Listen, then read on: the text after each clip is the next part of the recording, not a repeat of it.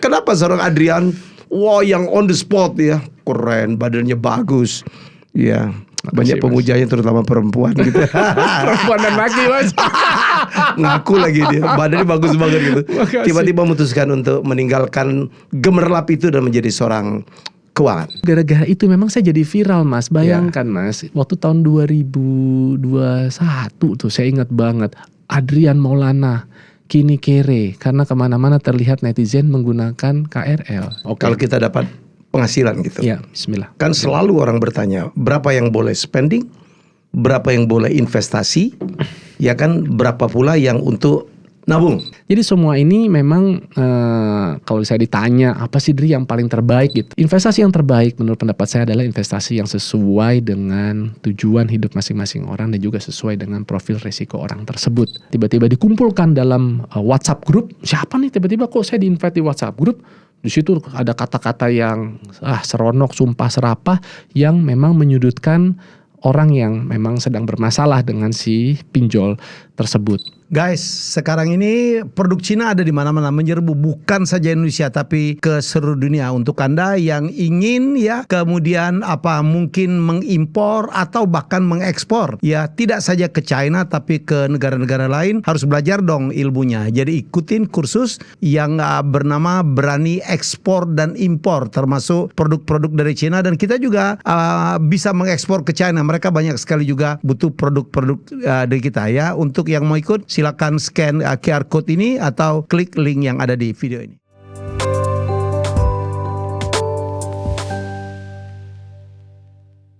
Tamu saya kali ini sangat luar biasa ya.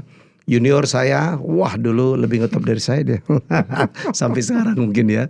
Dan tiba-tiba dari seorang artis besar, ya VJ, model, penyiar TV, dan dia kemudian banting setir menjadi seorang ahli orang finansial. Ya padahal sekolahnya pun bukan tentang finansial, dia tamat transaksi teknik mesin. Adrian Maulana sudah hadir di studio. Mas Emi, alhamdulillah, lagi sehat ya? Sehat. Kenapa seorang Adrian, wah yang on the spot ya, keren, badannya bagus, ya. Banyak pemujanya terutama perempuan gitu. Perempuan dan laki, Mas. Ngaku lagi dia, badannya bagus banget gitu. Makasih. Tiba-tiba memutuskan untuk meninggalkan gemerlap itu dan menjadi seorang keuangan. Ya, jadi saya bersyukur, Mas, ketika kuliah saya udah bisa menghasilkan, karena pada saat itu tahun 97 anak mahasiswa Trisakti sambil main sinetron. Itu juga dipaksa karena sama senior saya ikut Abang Jakarta, tapi ternyata malah menang. Dari situ terbuka tuh kesempatan untuk jadi pemain sinetron. 97 tuh ya? 97 jadi Abang Jakarta, lalu jadi model dulu, main iklan. 98 ikut casting, tapi akhirnya jadi peran penjahat. Dan akhirnya terkenal jadi peran antagonis terus. Ya.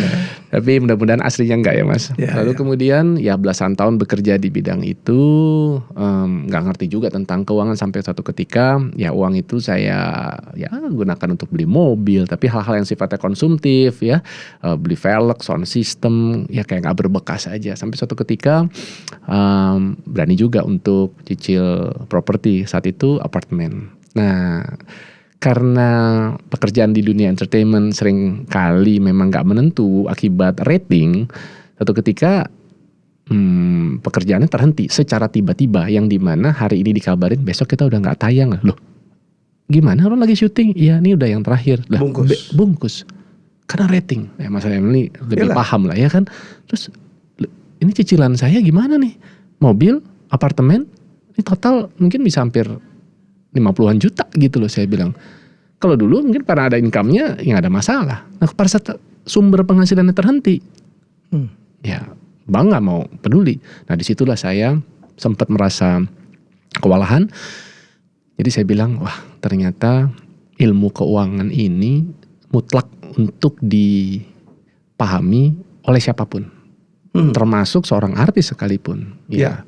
Jadi bukan hanya mereka-mereka yang punya latar belakang ekonomi, accounting seperti Mas Helmi, ya lulusan STAN gitu. Tapi karena memang setiap di antara kita dalam kehidupan ini aspek keuangan itu kan selalu ada. Kita selalu dipaparin oleh itu. Dan saya melihat ternyata nggak inline gitu loh, Mas. Penghasilan besar dengan hidup mapan, nyaman, sejahtera. Enggak juga. Karena kalau penghasilan besar, pengeluaran lebih besar lagi. Yang ada defisit kan setiap bulannya. Itu yang pernah saya alami. Nah disitulah akhirnya saya tertantang untuk saya nggak bisa hidup begini terus. Karena saya juga sadar, apakah ketika nanti saya umur 50 nyaris seperti sekarang ini, saya masih akan eksis gak sih di dunia pertelevisian? Lalu kemudian dengan gaya hidup sehat yang alhamdulillah sudah puluhan tahun saya lakoni, dan insya Allah Tuhan mungkin menjawab doanya, kita bisa hidup cukup panjang. Tapi pada saat kita dikasih hidup panjang tapi gak punya penghasilan lagi, nah itu bagaimana mau bertahan hidup? Gak mungkin tangannya di bawah. Jadi pada saat kita menghasilkan, harus cepet-cepet itu harus kita sisihkan atau kita tempatkan ke dalam instrumen yang mungkin bisa memberikan kebaikan di masa yang akan datang. Itu udah nikah ya masa itu? Udah, aku nih termasuk cepat laku. Alhamdulillah. Tetepatnya nggak mau banyak bikin salah gitu Mas ya. Jadi saya menikah belum genap 24 tahun Mas Helmi. Saya satu-satunya mahasiswa Trisakti yang pada saat wisuda tanggal 20 Oktober 2001 itu wisuda bukan hanya bawa orang tua, melainkan bawa pasangan hidup. Jatahnya sebenarnya cuma saya 3, bapak, ibu, sama istri. Karena saya menikah tanggal 15 Oktober 2001. Nah, tapi wisudanya tanggal 20. Jadi 25 hari saya bawa istri saya. Jadi Oktober itu waktu bulan yang sangat luar biasa itu Adrian ya? Sangat. Ulang tahun pun Oktober juga ya? Iya benar loh Mas. Jadi ayah saya ulang tahun tanggal 3, adik saya tanggal 11.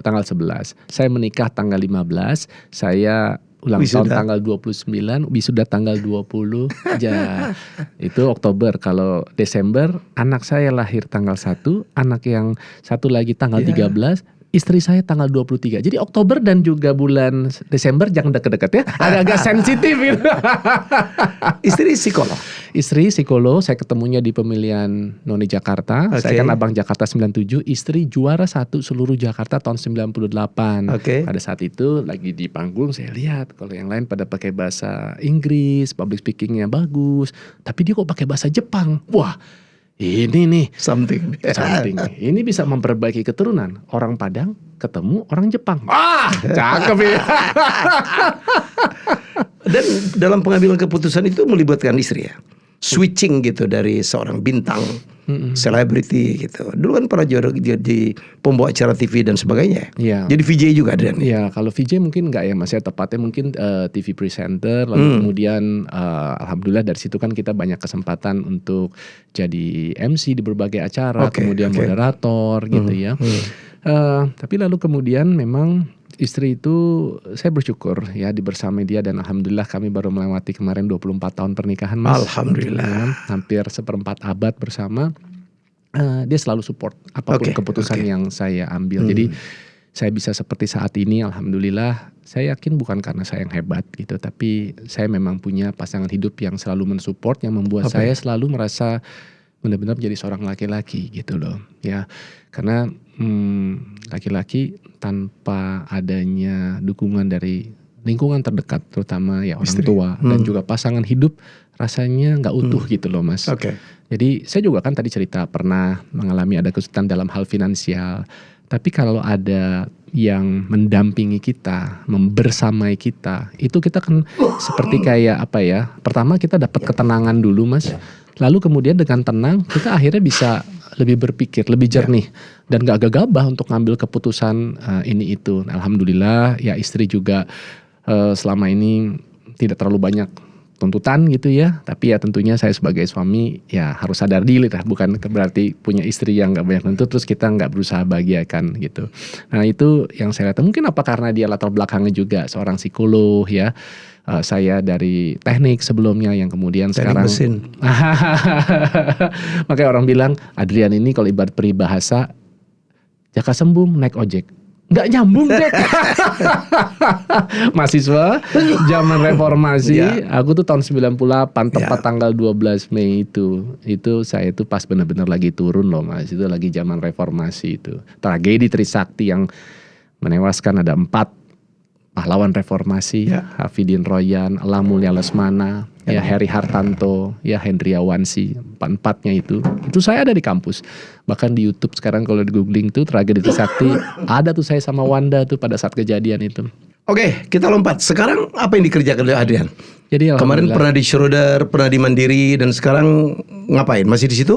Enggak. Saya akhirnya memutuskan untuk nggak lanjut di Mandiri Sekuritas per akhir November tahun lalu, dan saya memutuskan untuk kembali ke kampus, Mas. Oh, Saya bulan Desember cari nih, saya pengen kuliah lagi kemana ya gitu. di bidang apa? Nah ini menarik nih, ya terkaitnya pasti di bisnis, tapi ada penjurusannya. Sekarang ada jurusan namanya strategi and execution. Oke. Nah, itu saya ambil di BINUS di daerah Senayan. Di situ kita belajar ya dari accounting lagi, kemudian leadership, design thinking, kemudian saya belajar tentang business ethics, belajar tentang strategi manajemen, dan sekarang lagi nyiapin juga proposal untuk research metodologi. So 2 ini Mas, saya tahun depan insya Allah selesai. Saya targetnya pengen 18 bulan aja Mas, karena memang ada potensi di sana untuk bisa sampai 1,5 tahun. Ya harapannya ya saya juga bisa nanti share lagi kepada masyarakat, karena memang saya tuh ngerasa gitu loh Mas, mungkin kalau kayak dulu ya income gak kurang lah ya, tapi mungkin ada kekosongan dalam hal kebermanfaatan gitu. Karena saya ngerasa saya senang apabila apa yang mungkin saya sampaikan, apa yang saya lakukan itu bisa berdampak gitu buat kehidupan orang lain. Jadi saya sadar bahwa saya bukan orang yang paling pinter, saya bukan orang juga yang paling kaya, apalagi gitu kan. Jadi saya selalu merasa memang haus, makanya saya suka baca, makanya saya suka dengerin podcastnya Helmi Yahya Bicara yang isinya daging semua. Itu senang tuh, karena kayak apa ya, udah intisari-intisarinya aja. Contoh seperti itu. Nah itu yang membuat saya akhirnya pada saat saya agak berhenti sejenak dari segala sesuatu yang sifatnya harus menghasilkan adalah untuk belajar. Saya buat saya ini adalah momen introspeksi, momen untuk peningkatan diri yang mungkin sebagian orang seperti kayak kok nggak ngapa-ngapain. Saya bilang ini yang mungkin harus diluruskan gitu. Orang tuh nggak ada di korporasi lagi bukan berarti nggak ngapa-ngapain. Ya Mas Helmi, orang mungkin ngeliatnya lu kok di podcast aja. Siapa yang tahu kalau banyak usaha, mungkin bukan hanya 1, 2, 3 puluhan bisnis yang sedang atau bahkan lagi terus dibersamai Mas Helmi. Jadi orang tuh kadang-kadang hanya melihat segala sesuatu kan dari apa yang tampak gitu. Kita yang tahulah mana yang terbaik. Jadi itu yang saya lakukan, dan alhamdulillah juga saya ketemu ada sama mentor di bidang keuangan, di mana 1 tahun lalu saya sempat ikut workshopnya, namanya Yuzak M. Yahya. Kita sering panggilnya sama Coach Yahya juga nih. Yuza sama. Kayaknya memang nama-nama yang ada Yahyanya itu memang sudah ditakdirkan itu memiliki banyak kompetensi dan kapabilitas nih. Sebegitu juga Maulana ya. Aduh Masya Allah. Arman Maulana. Aron Maulana, Ireng Maulana. Ireng Maulana. Oke. Jadi akhirnya saya waktu itu sama istri sempat ikut workshop tentang kelas CFO dan juga Smart Financial Map, dan di situ saya ketemu istri ikut walaupun backgroundnya adalah psikologi. Tapi ya saya lihat memang wanita itu tetap bagaimanapun juga adalah menteri keuangan yang terhebat. Berapapun yang diberikan oleh suami cukup aja gitu loh setiap bulan. Makanya jangan kasih banyak-banyak. Wah itu dia. Oke. Untuk istri gak denger. Gak denger kan. Saya manggilnya Ibu Kapolda udah. Dia ngatur semua ya. Oh begitu ya. Ibu Kapolda udah. Ya. Nah, jadi akhirnya dari situ saya ketemu ternyata banyak sekali rekan-rekan alumni itu brand-brand lokal, pebisnis yang tetap membutuhkan pendampingan dalam kesehariannya. Suatu ketika akhirnya setelah tahu saya nggak di korporasi lagi, kita ngobrol, gimana kalau kita bikin advisor yuk gitu, tapi berangkatnya dari keuangan. Nah, akhirnya di bulan Mei bergabunglah saya di situ, namanya Finance N akhir. Jadi memang namanya Finance kemudian dengan logo N.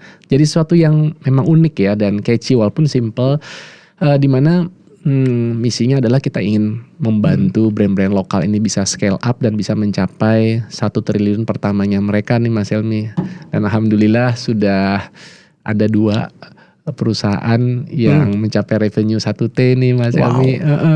Dari beberapa bulan kita ini ya. Sebelumnya brand itu sudah ada, namun mungkin kita membantu untuk lebih memberikan ya arahan, kompas, strategic plan mungkin sampai beberapa tahun ke depan karena bisnis yang bagus sekalipun kalau tidak punya tujuan dan juga tidak punya arah ya kadang kalau jalan kan ya belok-belok gimana. ya. Iya. Ya, nggak fokus. Betul, dan ada bisnis yang udah sampai ratusan outlet yang saya ketemui juga tuh masih bingung tahun depan ini mau apa lagi ya? Apa nambah outlet atau kita jual aja ya? Ya, sampai kayak begitu. Ternyata masalah itu hadir bukan pada saat misal profitnya nggak baik ataupun juga bahkan saya juga jadi ya ini kan dulu kan saya di apa ya kalau di fund manager kita kan cuma tinggal ngelola uang. Kalau ini kan melihat langsung real business di mana ada perusahaan yang profitable tapi duitnya nggak ada di tabungan. Kok bisa ya? Tapi itu realita ya Mas ya? Ya bisa terjadi. Karena mereka tidak paham dengan laporan keuangan. Nah, ada yang merasa untung padahal rugi. Ada yang merasa untung kok duitnya nggak ada karena dia tidak paham atas 3 laporan keuangan itu yang neraca, income statement dan cash flow statement. Ya, laku tapi cash flow-nya nggak dapat. Iya, susah juga. Jadi good. Bagaimana artinya kita bisa membantu tadi lah yang sederhana misal tadi masalah cash flow ada gap di working capital ternyata yang kita dapatkan dari customer kita gitu lebih lama dari yang harus kita bayarkan ke supplier gitu kan.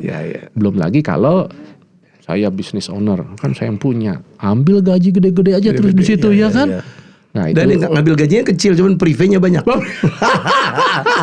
Murid gue banyak bilang, coach gue cuma ngambil 10 juta, tapi mobil di situ, biaya babysitter di situ, ya jadi kebutuhan rumah tangga dari situ. Gue bilang itu gaji juga itu ya. Jadi menurut saya, kemarin saya barusan di Summit Laundry. Oh iya tuh yang besar tuh Mas ya. Mas jadi ada binaan juga. saya namanya Apik Primadia. Itu perusahaannya binaan saya. Kami kan venture builder sini. Dia minta saya ngomong tentang finance for non-finance persis. Wah keren. Iya. BEP itu dengan payback period beda. Ya. Banyak yang tahu. OPEC sama CAPEC bedanya apa? Banyak yang nggak tahu. Ya, jadi menurut saya ini menarik. Ya, udah bener Mas Helmy yang ngomong seperti itu oke banget lah. Backgroundnya kan udah sesuai. Mas Helmy. Tapi banyak orang nggak percaya loh. Orang pikir saya tuh ngomongnya public speaking, ya kan? Apa personal branding. Helmy yang ngomong finance. Dia nggak tahu kita akuntan. Iya, luar biasa. Udah bener lah yang dilakukan oleh Adrian. Masya Allah. Pernah merasa bahwa itu keputusan paling tepat ya, switching dari artis gitu, yang juga papan atas lah. Ya. Dulu apa nama sinetron itu? Sinetron itu dari mulai pertama kali Air Mata Ibu, Doaku Harapanku sama si Krisdayanti. Lalu kemudian saya sempat main Lupus juga sama si Irgi. Saya sempat main Perempuan Lupus Pilihan. Series ya? Lupus series. Saya sempat main Perempuan Pilihan sama Cornelia Agatha. Dan saya sempat main film layar lebar bersama Tamara Blesinski. Saya jadi main aktornya, Tamara jadi aktrisnya. Sutradaranya baru berpulang kemarin, Gunawan Pagaru. Waktu itu RCTI yang sempat buat ya, namanya Issue. Nah itu juga lucunya itu tahun 2004 di mana di situ saya ceritanya sebagai news anchor dan juga sebagai produser. Tahun 2013 saya beneran jadi news anchor di Net TV waktu itu, bahkan punya. Iya. Ya, Net TV awal-awal ya. Iya saya masih ingat awal-awal dan itu ada kejutan juga seorang. Betul. Itu sebenarnya kalau buat saya untuk di dunia pertelevisian itu adalah sebenarnya puncak karir sih Mas. Di mana Mas Helmy tahulah seseorang yang bisa punya acara live TV show setiap hari Senin sampai Minggu 3 jam. Saya bisa ngomong apa saja. Ya kan. Tapi kemudian Indonesia Morning Show. Saya sama Marisa lalu kemudian ada Mas Yana, Suartono. Kita alhamdulillah lah kompak banget. Tapi lalu kemudian 2016 memang saya dapat kesempatan untuk ada ikut proses penseleksian di sebuah fund manager asal Inggris yang namanya Schroders, perusahaan yang sudah lebih dari 2 abad, yang dimana dulu saya memang jadi investornya sejak saya kenal industri reksadana atau investasi pertama kali. Nah itu yang memang memotivasi saya untuk kemudian ingin memperdalam dunia keuangan, tapi berangkatnya memang dari dunia pasar modal, karena saya sadar kalau uang itu ditaruh hanya sekedar di tabungan kan kemakan sama inflasi ya kan Mas. Kita kadang suka melihat sesuatu yang sifatnya kasat mata aja. Misalnya uang 100 juta. Tapi kenyataannya 100 juta saat ini memang lebih berharga dari nanti 10-20 tahun mendatang. Saya sering bilang, saya ingat mobil saya kedua itu adalah Toyota Avanza. Tahun 2004 harganya masih 114 juta. Sekarang 21 tahun kemudian, tahun 2025 masih ada kan Mas Toyota Avanza. Tapi harganya nggak ada yang di bawah 300-an juta. Itu kan inflasi, paling sederhana seperti itu. Lalu kemudian akhirnya saya pikir, ini bagaimana kalau kita tahu bahwa di dunia entertainment itu ya lucunya Mas beda kalau dunia karir. Kenapa saya waktu itu akhirnya hijrah profesi? Karena kalau semakin lama kita berkarir, punya pengalaman, punya tanggung jawab, ya umumnya kita lebih diapresiasi dari segi penghasilan gitu ya kan Mas ya. Tapi kan kalau dunia entertainment nggak mungkin yang lagi high income itu yang belasan tahun, 20 tahun, karena dia main aktornya, main talentnya gitu kan, scene-nya juga paling banyak ya kan. Tapi nanti giliran ke udah seusia kita, sama kayak saya gitu kan, mungkin baru menjelang 50 udah harus jadi kakek-kakek gitu kan. Mungkin cuma keluar 1-2 scene, gak mungkin honornya sama yang scene-nya ada 20-an gitu kan. Tapi popularitas Adrian itu sangat membantu di karir-karir berikutnya ya. You not start from zero. Betul. Itu yang saya juga sangat syukuri. Kenapa? Minimal orang tuh udah welcome dulu sama kita loh Mas. Ya kan? Minta appointment gampang. Iya, untuk yang gampang itu membuka sekali. Terutama deketin sekretaris lebih gampang. Iya. Tapi tanpa adanya profesionalisme, ya tanpa ada itu kita nggak bisa Mas. Dan saya bersyukur memang untuk di dunia entertainment saya belajar banyak hal lah. Tapi dalam hal terutama kedisiplinan, ya kan Mas. Kalau kita kayak acara Mas Helmi dulu, kuis lah dulu. Siapa berani? Iya barang Alia. Ya kita jam 8 live, ya kita jam 7 jam 6 kita udah standby kan begitu. Ya kan jam 8 on. Nggak ada tiba-tiba ini itu segala macam ya, kecuali force major teknis, tapi kan itu sangat jarang sekali. Itu seperti di situ saya merasa itu bermanfaat pada saat saya masuk ke dalam dunia korporasi, punctual, tepat waktu. Lalu kemudian saya selalu berusaha untuk mendeliver pekerjaan itu bahkan sebelum jatuh temponya. Dulu kan dari artis, dari penyiar net gitu, kemudian jadi fund manager di Schroeder. Mesti ada ilmu yang harus diambil juga dong. Pasti dong Mas, pasti. Untuk bekerja di pasar modal, apalagi di perusahaan sebesar itu, kita harus punya ada minimal yang namanya bukan hanya sertifikasi, melainkan lisensi. Lisensi dulu tuh yang mengeluarkan adalah BPOM LK, Badan Pengawas Pasar sebelum Modal. OJK ya? Sebelum OJK pasar modal. Nah, kalau kita hanya ingin bekerjanya di perusahaan sekuritas, kita harus punya lisensi sebagai broker dealer representatif. Atau kita bisa punya underwriter untuk ngurusin perusahaan-perusahaan yang IPO seperti itu. Tapi kalau kita ingin mengelola dana, kita harus punya lisensi yang namanya WMI, Wakil Manajer Investasi, atau bahasa padangnya Investment Management Representative. Jadi seperti itu. Nah, alhamdulillah saya punya semua pada saat itu. Lalu kemudian saya tambah Mas, saya ambil juga CFP, Certified Financial Planner, yang awalnya gini, saya bagaimana mau bantuin untuk orang tuh lebih sejahtera, bisa lebih mapan, kalau sayanya sendiri belum benar. Jadi makanya saya awalnya ingin personal finance dulu yang saya perbaikin. Hal-hal yang basic lah.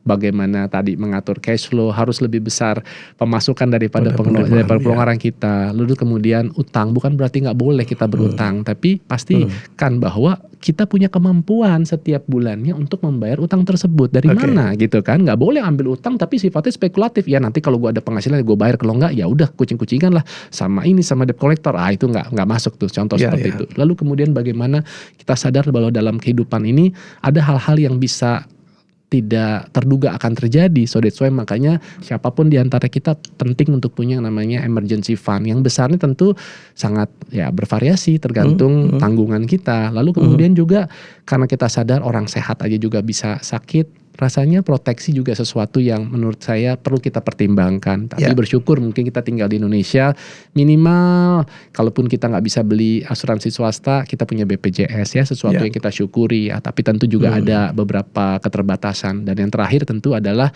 penting untuk kita juga berinvestasi, karena hidupan ini tidak hanya hari ini, tapi juga ada 5, 10, 15 tahun lagi. Persentase tuh. Kalau kita dapat penghasilan gitu. Ya, bismillah. Kan selalu orang bertanya, berapa yang boleh spending, berapa yang boleh investasi, ya kan, berapa pula yang untuk nabung. Oke. Ya. terangin dulu, nabung sama investasi dua hal yang berbeda ya? Berbeda, ya. Jadi orang suka bilang nabung itu investasi ya? Atau kalau nggak dibilang ngapain saya investasi, orang saya udah nabung kok gitu. Sebenarnya ada persamaan dan perbedaan. Persamaannya adalah sama-sama menyisihkan sebagian dari pendapatan kita, penghasilan kita, baik itu dari gaji, dari honor. Yang berbeda adalah penempatannya gitu loh Mas. Kalau tabungan ya silahkan taruhnya dalam pos tabungan. Tapi kalau niatnya untuk investasi, apa yang kita sisihkan taruh dong ke dalam instrumen investasi. Contoh ya, kalau yang saya lakukan mungkin atau saya sarankan buat yang masih pemula, silahkan untuk tempatkan ke dalam instrumen reksadana. Reksadananya juga ada yang start from konservatif seperti reksadana pasar uang yang hari ini kita jual, besok bener-bener besok H+1 itu uangnya udah langsung masuk ke rekening kita. Atau kita pengen reksadana pendapatan tetap, atau mau yang sedikit lebih agresif lagi atau lebih berisiko tentunya ya, tapi ada potensi untuk memberikan return yang lebih baik adalah reksadana saham. Nanti pada saat kita sudah lebih fluent, kita bisa belajar bagaimana berinvestasi di saham perusahaan secara langsung, ya kan. Nanti kalau misalnya setelah itu ya mungkin pengen investasi di bisnis sendiri, ya itu silahkan aja. Ada juga orang yang masuk ke dalam instrumen ya seperti cryptocurrency yang sekarang tapi lagi pada berguguran, berjatuhan. Jadi semua ini memang kalau saya ditanya apa sih Dri yang paling terbaik gitu, saya nggak pernah bilang yang bagus adalah saham, yang paling bagus adalah emas, yang karena sekarang setahun setengah ini lagi booming banget sampai kalau rupiahnya mungkin sempat kemarin 2,4 juta, sekarang turun lagi ke 2,2 juta per gramnya. Tapi investasi yang terbaik menurut pendapat saya adalah investasi yang sesuai dengan tujuan hidup masing-masing orang dan juga sesuai dengan profil risiko orang tersebut. Dan itu tidak sama. Karena saya nggak akan pernah bisa memaksakan orang yang katakanlah, Dri, berikan saya saran investasi, tapi saya nggak mau ya kalau sampai ada potensi 10% aja dari aset yang saya taruh di situ itu bisa minus, saya nggak mau. Kalau seperti itu jawabannya mudah bagi saya untuk bilang berarti jangan sentuh saham. Kau beli aja itu obligasi. Beli ori atau beli itu sukuk.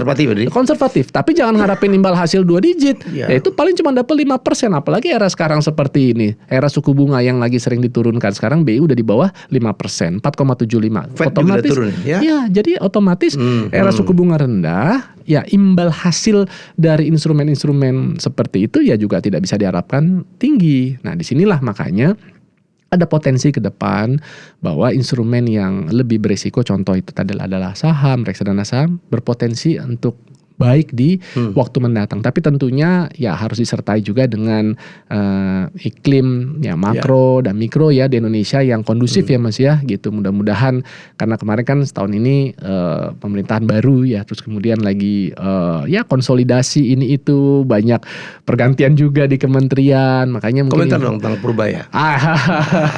Boleh dong. Komentar pribadi aja. Pak Boys jadi ya saya melihat ada sosok yang unik, yang baru ya, yang kita punya harapan ya terhadap beliau. Kita punya harapan bahwa beliau bisa mampu mengorkestra segala aspek yang memang terkait dengan keuangan di negara kita gitu. Tapi bahwasannya gini, kita punya kita punya keberanian, kita punya kemampuan dalam skill bidang yang kita kuasai gitu ya, lulusan luar. Tapi jangan lupa ya, dalam kehidupan ini kita juga membutuhkan soft skill kan Mas. Soft skill yang jangan-jangan seringkali itu yang membuat orang bisa survive, orang bisa selamat. Bagaimana kita mampu juga berkomunikasi, beradaptasi, apalagi kalau udah levelnya di kementerian. Itu menurut saya ilmu yang mutlak Mas, rasanya harus dimiliki. Adrian memandang public speaking seorang Purbaya itu kayak apa? Good or bad? Untuk stylenya dia good, karena memang ya itu adalah dirinya. Berarti menurut saya Pak Purbaya itu bukan, kan kita lihatlah jejak digital beliau yang dulu gayanya agak sedikit gondrong, walaupun bukan saya, kalau saya gondrong senengnya ya dari atas sampai ke bawah. Kalau beliau kan gondrong belakang aja. Gaya-gaya orang zaman dulu lah. Jadi memang beliau memang ceplas-ceplos, dan beliau juga klaim kan bahwa apa yang beliau lakukan ternyata memang dapat blessing dari Pak Prabowo ya. Kalau memang Prabowo misalnya marang seperti itu, beliau juga katakan beliau akan hentikan atau beliau akan adjust gitu. Tapi disarankan untuk seperti itu beliau lakukan. Nah, yang saya cuma mungkin yang khawatirkan ya adalah yang tadi saya katakan bahwa dalam kehidupan ini tidak ada kata ideal ya, dan kita berbuat baik saja pasti akan ada pihak juga yang tidak merasa senang dengan kebaikan yang sebenarnya kita sedang lakukan ya. Apalagi kita nggak berbuat baik gitu ya. Katakanlah sekarang beliau sedang menjadi media darling juga seperti itu, tapi mungkin kalau saya ketemu ya sekedar mungkin mengingatkan bahwa tetap bagaimanapun juga kita harus mawas diri, tetap harus waspada gitu ya. Tetap kita punya niatan baik, tapi inilah yang membedakan, di mana makanya manusia ini kan diberikan akal budi dan juga hati nurani yang dimana memang harus kita seimbangkan supaya harapannya orang-orang yang punya integritas, kita lihat seperti ini ya, dan juga punya semangat memang benar-benar seperti kayak Pak Prabowo, ingin gitu membawa Indonesia ini menjadi negara yang lebih baik, lebih bertumbuh, lebih kredibel, lebih transparan, lebih profesional. Saya secara pribadi sih sangat mensupport ya beberapa terobosan-terobosan seperti kayak misalnya kemarin yang sempat heboh masalah utangnya Wush gitu kan. Dibilang ini mau ditanggung gitu kan oleh negara atau pemerintah, tapi beliau enak aja, giliran yang udah begini yang busuk aja diserahin ke sini gitu, nggak mau gitu. Itu oke kalau menurut saya, artinya dia punya reason gitu. Tapi kembali lagi kita kan pada saat kita udah bicara sebuah project, apalagi ini project negara, kita harus melihat kemaslahatan yang lebih besar lagi. Dan saya setuju sekali akhirnya Pak Prabowo yang mengambil peran, karena ada saatnya di mana bagaimanapun juga menteri itu kan pembantunya presiden, ya kan. Jadi kalau ibaratnya ini udah injury gitu, presiden harus turun tangan. Dia bilang bahwa ujung-ujungnya apa yang dilakukan ini akan kembali kepada saya, dan tapi saya yakin kita akan bisa menyelesaikan masalah ini. Utang ini jangan khawatir, kita akan bereskan. Kalau sampai nanti ada terjadi apa-apa, ini dia. Dan kalau saya secara pribadi tanpa mau melihat siapa yang ada di balik ataupun ada pihak-pihak mengambil interest atau keuntungan dari hal, saya melihat bahwa proyek ini memberikan juga kebaikan untuk banyak orang ya, termasuk mungkin Mas Helmi, saya termasuk yang kita sering commute ya ke wilayah Bandung ya, Jawa Barat dan sekitarnya. Memang untuk cut time-nya tuh benar-benar luar biasa. Yang dulu kita naik mobil bisa 3 jam setengah kalau lancar. Sekarang setengah jam saya sampai ya kan. Tunggu sebentar 10 menit 15 menit udah sampai di stasiun Bandung. Jadi easily less than 2 hours saya udah bisa pun sampai pulang pergi nyaman gitu kan.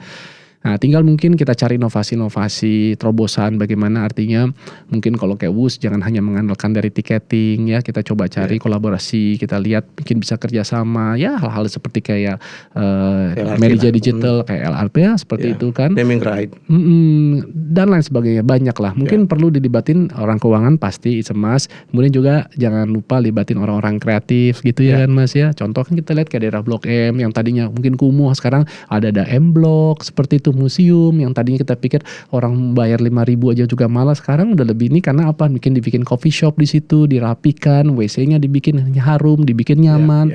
Sama mungkin juga ya Mas Helmi mungkin lihatlah beberapa kali jagat media sosial, saya kemana-mana commute sering pakai public transportation gitu ya. Itu dari dulu tuh ya Adrian ya?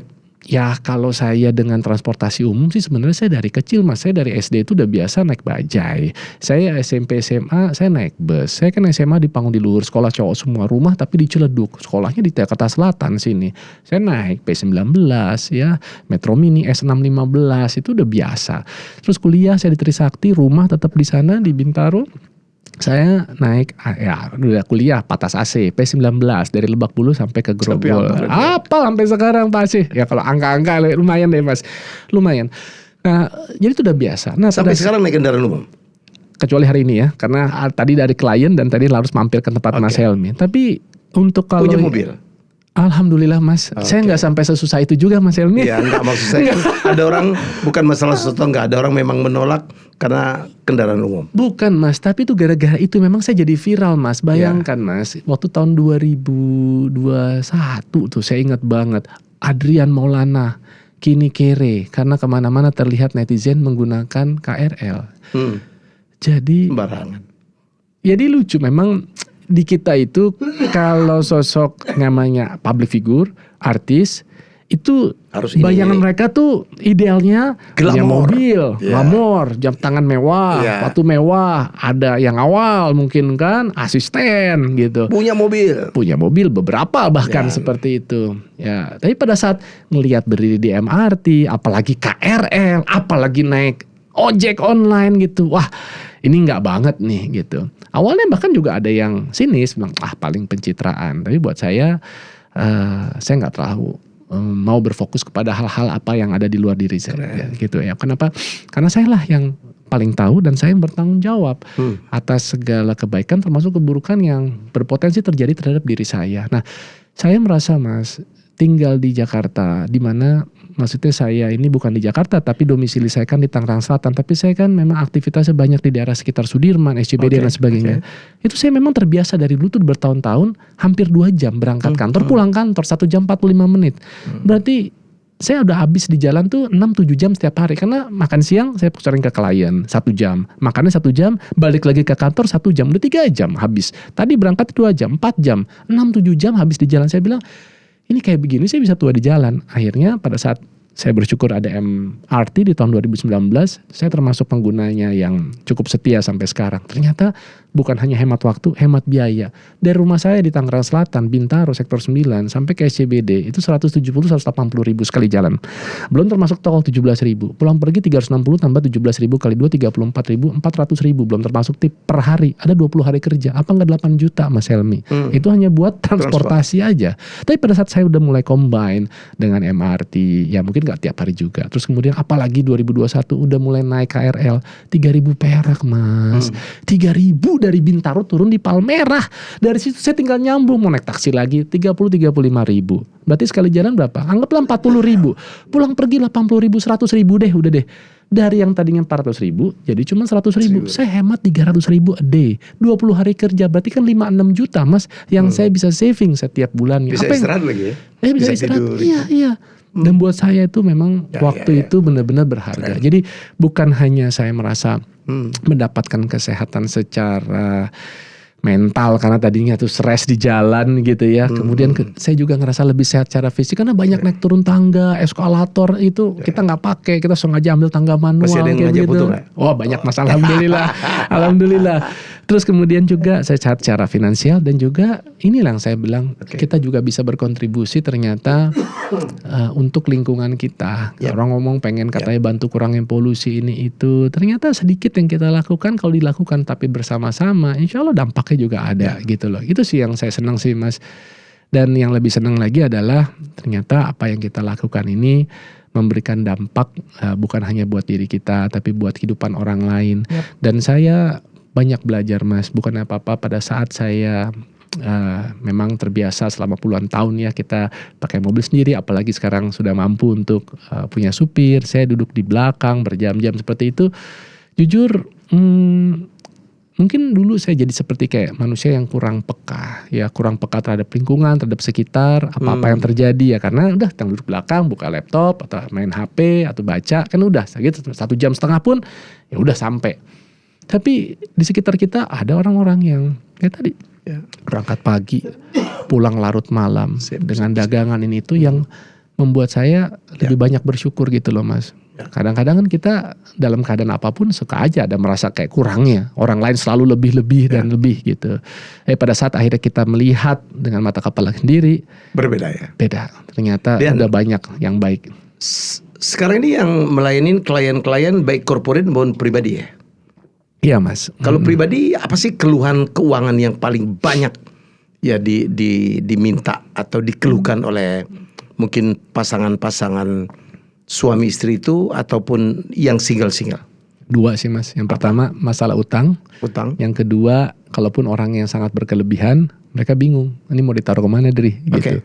Utang ya kembali lagi saya termasuk menganut yang orang silahkan berutang. Yang nggak boleh adalah kamu berutang tapi kamu punya niat kamu nggak mau bayar utang tersebut gitu. Nggak boleh. Ya itu artinya zolim ya kan. Nah untuk berutang. Tapi kita kan harus sadar, pada saat kita mau memutuskan berutang, kita tahu nggak sumber untuk bisa membayarnya dari mana? Apakah dari gaji, apa dari bisnis, whatever itu, tapi harus ada. Jadi Jangan jangan asal ngutang aja. Iya, nah itulah yang suka Karena disalahkan. kepepet gitu. Iya, nah inilah makanya kan ada fenomena kayak ada pinjaman, baik itu yang langsung maupun yang online. Nah online ini pun juga tidak semuanya buruk. Kan sekarang udah kemajuan teknologi. Ya. Sekarang memang memungkinkan siapapun bisa minjem secara online. Masalahnya Ya. yang legal atau tidak, yang tidak legal itu lebih banyak lagi. Nah, jadi itu yang harus diperhatikan. Ya, ya. Ya, karena kalau misalnya sampai tawaran-tawaran itu hanya lewat media sosial, Ya. broadcast di WhatsApp, besar kemungkinan itu ya yang ilegal. Belum lagi juga Yang ilegal.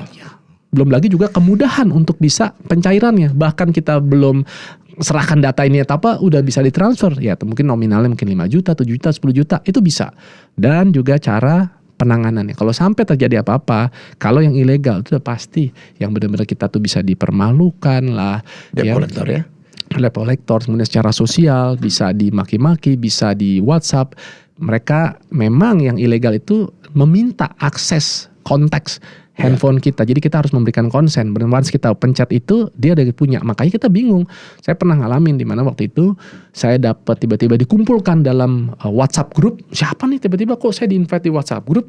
Di situ ada kata-kata yang seronok, sumpah serapah yang memang menyudutkan orang yang memang sedang bermasalah dengan si pinjol tersebut.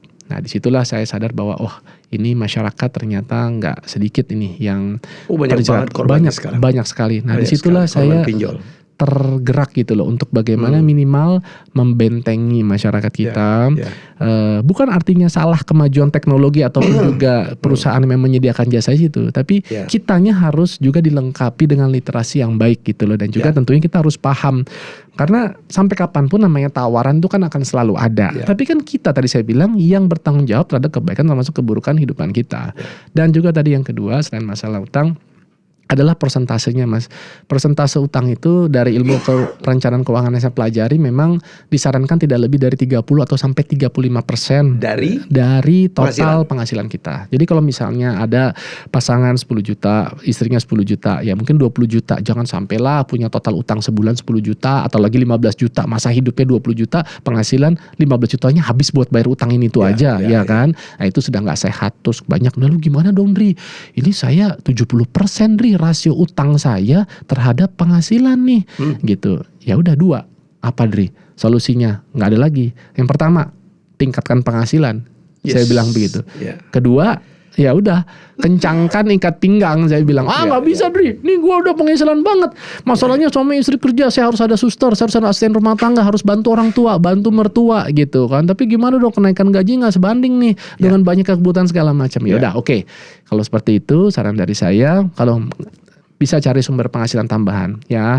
Sekarang memang udah bukan eranya di mana hanya salah satu yang bekerja. Memang kadang kita harus berkorban dulu sementara waktu ya. Suami istri bekerja, nggak cukup Dri. Oke, suami istri cari sumber penghasilan tambahan. Terserah lo mau jual asuransi ke, lo misalnya mau jadi ngajar bahasa Inggris ke, lo mau ngajar ngaji ke, lo mau jadi golf coach ke, lo mau apa ke, atau mungkin sekarang udah banyak e-course untuk bagaimana bisa bikin produk digital, atau mungkin kayak Mas Helmi jadi podcaster, punya ini, atau bikin kayak buku ya, kita punya dapat ada royalty, intellectual property sebenarnya sekarang banyak, tinggal mau. Makanya untuk mau itu kita tuh harus terkadang memang mengkondisikan juga diri kita dalam keadaan kayak terdesak atau terpepet. Jadi akhirnya timbul kreativitas itu kan Mas Helmi.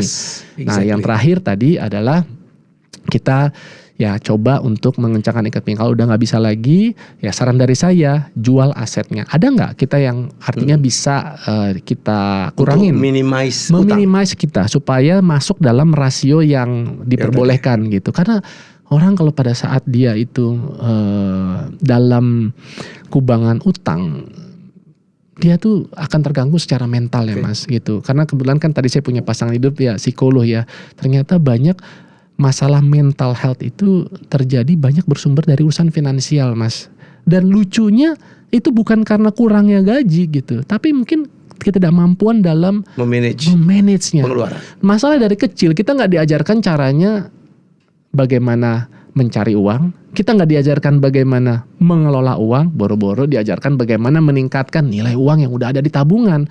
gitu kan. Akhirnya makanya kita lihat timbullah ada investasi bodong, pensiunan lah pada kena lah masuk ini itu. Ya jadi ini yang akhirnya saya kayak semacam terpanggil gitu loh Mas, untuk bagaimana saya bisa berkontribusi melalui sesuatu apa yang ya mungkin saya suka ya, dalam hal ini adalah memang dengan angka, dengan keuangan gitu. Ya kan katanya sebaik-baik manusia adalah yang bisa bermanfaat gitu ya.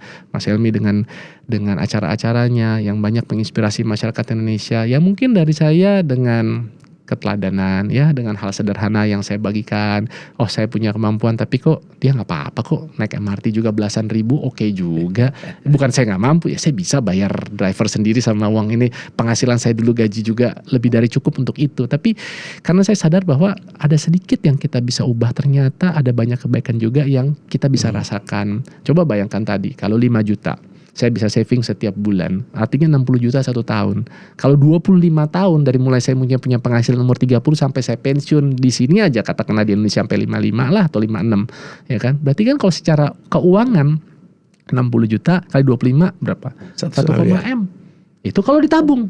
Iya. Tapi kalau 1,5 M itu kita tempatkan ke dalam instrumen yang setidaknya bisa memberikan 10%, gak usah ngomong tiap bulan lah, itu too good to be true. Setahun aja, dan itu bukan yang ada banyak ya, 10% itu kamu akan bisa punya, saya udah hitung 8 miliar. 8 miliar. Kalau bunga berbunga. Yes, compounding. Compound Itu rate. salah satu yang disebut adalah keajaiban dunia ke-8 kalau kata Einstein. Jadi saya senang, saya belajar, saya suka kutek-kutik, ada namanya kalkulator finansial. Jadi pada saat saya ngomong mau sederhana gitu kan Mas Helmi, misalnya gini kan, kita misalnya taruhlah duit misalnya tadi berapa, ya misalnya anggaplah ya, misalnya 1 juta ya. Kita tadi mau sebulan itu kan, setahun kan ada 12 bulan kan, berarti kalau 25 ada 300 bulan ya Mas ya. Berarti kan kalau kita sisihkan 1 juta, kan harusnya uang itu kan 300 juta kan. Tapi kalau kita tempatkan tadi ke dalam instrumen yang imbal hasil 10 tahun, kita dapat 1,3 miliar Mas. 1,3 miliar yang dari 300 juta, kenaikan bisa 4 kali lipat. Karena kita sadar, hari ini aja mau beli rumah yang paling kecil di Bintaro 80 meter persegi, harganya udah 1,4 M Mas. Udah gak kebeli. Makanya dikatakan banyak Gen Z itu yang nanti kesulitan, Gen Alpha, untuk bisa punya rumah. Karena mohon maaf lah, kalau mau cari Jakarta, UMR-nya 5 juta, 5,5 juta. Atau yang di daerah-daerah, apalagi kayak Jawa Tengah, banyak yang di bawah masih 3 juta Mas, 2, sekian. Mimpi kali ya mereka bisa punya rumah kecil 1 miliar. Harga rumah naik terus. Naik terus seperti itu. Ngambil KPR, fix rate-nya cuma 2 tahun 3 tahun. Ya setelah itu floating. Begitu Yang dari tim, udah mereka kesulitan gak bisa bayar. Bad debt kan seperti itu. NPL perbankan naik, itu akhirnya jadi. Makanya gak salah kalau sekarang milenial Gen Z mendingan nyewa deh. Betul. Itu Jadi yang saya kalau bilang. punya duit dia pakai untuk diputar aja dulu. Iya, itu yang saya setuju. Jadi saya juga banyak ditanya seperti itu. Saya sarankan untuk kita coba artinya lebih realistis melihat tantangan kehidupan di tahun 2025 dan ke depan. Yang kita butuhkan itu sebenarnya bukan rumah. Yang kita butuhkan adalah rumah tinggal. Atau tempat tinggal. Tempat berteduh, tempat berlindung. Terserah itu mau dalam bentuk kos, dalam bentuk sewa, atau masih numpang dulu di rumah mertua indah, rumah orang tua indah. Sesuaikan aja dengan kemampuan kita saat ini. Ya, kadang-kadang ya itulah, kita selalu tolak ukurnya adalah orang lain. Orang lain punya ini, orang itu, wah kita harus punya. Orang lain yang beli kulkas, kita yang panas dingin. Misalnya gitu. Janganlah seperti itu. Ayolah. Ya. Tapi yang jelas tadi rasionya ini banyak yang nanya ya. Yang boleh dipakai untuk bayar utang cicilan itu adalah 30% dari total revenue. Penghasilan. Jadi yang lebih dari itu, apalagi lebihnya jauh, itu pasti akan mengalami kesulitan. Dan kita kan masih kaya Mas, tadi aku bilang ya, kita baru 35, katakanlah kita dapat 100%, kan masih ada 65 ya. Kita sebagai umat beragama, kita juga tahu bahwa ada yang harus kita keluarkan lah ya. Ada yang di zakat, infak, sodako, ada yang perpuluhan. Anggaplah 10%, 35 tambah 10, masih ada 55%. Nah itulah kita bisa gunakan untuk kebutuhan hari-hari kita. Tapi penempatannya, saran dari saya, pada saat kita terima berapapun, tiap tanggal 25, tanggal 1 gajian, jangan artinya untuk kebutuhan hari-hari dulu. Nabung dulu. Nabung atau investasi dulu. Mau 5 kek, mau 10% kek, tapi sisihkan dulu. Itu ya, jelas tuh. Jadi jangan dipakai dulu. Pokoknya pastikan dari penghasilan kita tuh ada yang ditabung, ada yang diinvestasi. Dulu, karena kalau itu yang di paling belakang, paling bawah, akan ada 1001 alasan dari kita pada saat lagi banyak pengeluaran. Gue lagi nggak nabung, gue lagi nggak invest. Kenapa? Ya hari ini bulan ini anakku sekolah, ini baru pulang umroh. Terus aja akan ada. Tapi kalau kita udah tadi sisihkan, kita udah hidup dari yang tersisa itu. Contoh seperti itu sih Mas. Itu yang saya selalu sarankan dan lakukan gitu loh Mas. Setuju. Karena menurut saya bukan seberapa besar penghasilan kita, tapi seberapa yang kita mampu sisihkan setiap bulan secara konsisten. Itulah yang insya Allah akan memberikan kebaikan buat kehidupan kita di masa depan. Betul. Semua orang harus merencanakan ya untuk ke depan. Itu disebut dengan ilmu financial planning. Betul, setuju Mas. Istri saya juga financial planner tuh. Wis. Kamu bayangkan betapa ketatnya dia mengatur keuangan di rumah saya. Tapi oke. Wah, saya dapat advisor terbaik gitu di rumah saya gitu. Pasti. Seru banget pasti. Karena gini Mas, kalau bicara memang keuangan ya menurut saya finance is an art gitu loh Mas. Ya nggak ada baik buruk. Kadang-kadang banyak cukup, kurang juga, sedikit juga cukup. Iya kan tadi saya bilang bagaimana kita mengelola keuangan itu sebagai contoh tadi ada orang yang penghasilan 20 juta tapi karena pengeluarannya sebegitu besar, jangan-jangan dia setiap bulan nggak bisa nabung, defisit. Karena itu dia nyicil mobil, dua-duanya nyicil. Kemudian kartu rumah masih nyicil, belum kartu kredit. Dia mau beli apa-apa sekarang, wah serba yang baru, wah iPhone. Itu namanya besar pasak daripada tiang. Yes, gitu. Orang awak itu besar pasak dari tiang. Daripada tiang. Petatah petiti itu. Jadi penting. saya selalu kembali lagi kalau kita kepengen, sebenarnya ilmu financial planning itu basic yang pertama. Itu ada 5 pilar. Yang pertama, lunasi utang konsumtif. Ya bukan berarti nggak boleh. Lunasi utang konsumtif? Karena umumnya utang konsumtif itu yang mengenakan bunga paling tinggi. Kita bersyukur saat ini mungkin kalau utang yang paling besar apa? Kartu kredit lah ya. 3%.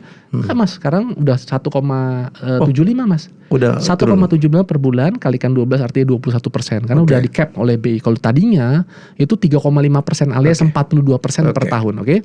Itu satu. Kedua, jadi jaga agar cash flow positif. Jaga agar bagaimana pendapatan kita harus lebih besar daripada pengeluaran kita. Ya. Yang ketiga, bangun dana darurat, emergency fund. Ya, kalau mungkin masih bujang ya cukup 1-2 bulan karena punya penghasilan lagi. Tapi pada saat kita dana darurat itu apa ya? Kalau 0 penghasilan itu lebih biaya hidup ya? Biaya hidup, betul sekali. Ada yang 2 bulan, ada yang 3 bulan. Yes, betul. Tapi termasuk rumah tangga juga gitu ya. Kalau memang seperti saya istri 2 orang anak, minimum ada 4 tanggungan. Ya, harus setidaknya 9 sampai 12 bulan lah dari harus parkir tuh. Nah, pada saat parkir ya bukan berarti taruhnya cuma di tabungan, kita bisa taruh deposito atau kalau enggak akan tahu. Kalau kita cuma tabungan biasa, tingkat bunganya berapa? Saya dengar 0,02 ya. Betul Mas, 0, anggap 0% lah gitu. 0% kan? Loh. Jadi kalau Anda tabungan saya di bank ini banyak, itu hampir nggak ada returnnya tuh. Oleh karena itu kita harus investasi, jangan cuma nabung. Dan mohon maaf, mungkin dalam forum ini orang suka taunya produk perbankan deposito saja. Deposito itu bukan produk investasi, ya. Itu produk perbankan yang dimana saat ini dengan era suku bunganya rendah juga akan menawarkan imbal hasil juga rendah, paling cuma 2,5%, belum kepotong pajak, pajaknya 20%. Jadi setahun kita udah kerja pagi pergi pulang petang juga hanya dapat 2% setahun. So hati-hati ya. Ini kita masih punya opsi-opsi lain untuk bisa tempatkan tadi ke dalam produk investasi. Tapi saya nggak mau yang terlalu berisiko. Ada namanya produk reksadana pasar uang. Hari ini kita beli, kita besok mau jual, langsung lusanya kita udah bisa terima. Atau tadi beli saham. Kenapa saya suka? 70% Mas, aset saya semua dalam bentuk saham Mas. Gitu. Kenapa? Hari ini saya jual, 2 hari kemudian uangnya langsung masuk ke perusahaan saya. Tinggal ya kita harus punya tentunya pemahaman ya. Perusahaan yang kita beli, ya sama lah kita mau menikah. Kan nggak cuma lihat orang perempuan langsung kita nikahin, enggak kan? Cakep nggak ya? Oh, tahu cakepnya dari mana? Oh, kita lihat dulu cakepnya jangan cuma dari luar, tapi juga dalamnya, keluarganya gimana. Jadi ada bibit, bobot. Nah, kenapa pada saat mau ngomongin instrumen investasi hanya karena temen, hanya karena advisor, hanya karena rumor, terus kemudian ikut-ikutan? Iya. Jangan pernah kayak begitu. Ya, untuk sesuatu yang apalagi sangat beresiko, penting buat kita belajar dulu sebelum mengambil keputusan. Nah, saya memang tidak untuk berspekulasi. Saya tidak pernah mau mengajarkan ilmu berspekulasi walaupun segala aspek dalam kehidupan ini bisa dispekulasikan lah. Sport aja lah yang Mas Helmi sering bawakan acara ya. Ya, yang menawarkan adalah sportivitas. Berapa banyak orang ya hidupnya dari perjudian, dari sport itu kan. Bola lah, kuda lah, ya golf, apapun itu. Ataupun juga ini tebak nih, nanti mobil yang lewat nomor ganjil dan genap. Ayo 10.000 ya, 10.000 ya. Itu aja bisa dijadikan perjudian. Jadi nggak perlu saham, nggak perlu cryptocurrency, nggak perlu emas, apapun itu bisa. Kembali lagi kepada nawaitu kita seperti apa. Nah, kalau untuk di saham, saya memang sangat mengencourage ya. Karena gini, minimal kalau kita tahu tentang fundamental, kita tinggal memilih, tinggal cari perusahaan dari si 950 perusahaan yang sekarang sahamnya bisa kita beli. Mana sih perusahaan yang masih bertumbuh, masih ada growth-nya, kemudian tata kelola perusahaannya baik, manajemennya baik, nggak pernah ada fraud, dia nggak pernah ada bad reputation, terus kemudian masih punya potensi untuk bertumbuh berkembang di waktu-waktu mendatang. Itu mungkin perusahaan yang minimal sudah masuk dalam screening kita. Nah, selebihnya nanti kita bisa lihat ini adalah timing yang terbaik belum untuk kita mulai beli di situ. Karena nanti kan pada saat teman-teman juga ada yang pengennya long term, ada yang pengennya medium term, ada yang kepengen mungkin relatif lebih short term, mungkin yang hitungannya hanya mau bulan saja. Ya, it depends. Yang terpenting adalah gunakan dana yang dingin, gunakan dana yang idle, gunakan dana yang memang nggak akan kita pakai buat besok, lusa, minggu depan, bulan depan. Tapi kalau misalnya ya kamu pakai untuk uang sekolah anak kamu bulan depan, tapi kamu taruh ke dalam instrumen saham, menurut saya, mohon maaf, ya itu terlalu berspekulasi, terlalu beresiko. Janganlah seperti itu. Jangan sampai gara-gara saya di investor, tapi kemudian anaknya jadi nggak sekolah. Habis itu anaknya sekolah apa? Minjem, tangannya di sini. Loh, katanya kamu orang mampu kaya, tapi tangannya kok banyak kan di bawah. Janganlah seperti itu. Menarik sih Mas. Keren banget. Semoga ini menjadi bekal ya, advice dari seorang praktisi ya, yang terus belajar gitu. Adrian, sayang kita kehabisan waktu dan ini udah satu jam lebih itu. Nggak apa-apa Mas. Nanti kita akan bicara lagi juga. Ya, Mas. Kayaknya ada part kedua ini nanti.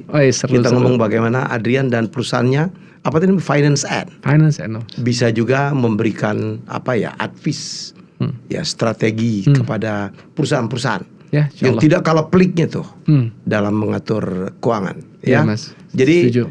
kalau nggak mau ditipu orang harus ngerti keuangan. Ya, gitu yang penting tuh ya. Kalau nggak mau ditipu orang. Benar Mas. Ya, termasuk bagaimana memilih investasi dan sebagainya. Terima kasih Adrian. Sama-sama Mas Helmi. Sukses ya. Sama-sama. Terima kasih udah mengundang Mas. Sukses juga ya buat Mas Helmi ya. Akhirnya saya bisa mengundang Adrian Maulana. Oke, kita jumpa lagi dalam Helmi Bicara dengan tamu-tamu hebat saya selanjutnya. Bye-bye.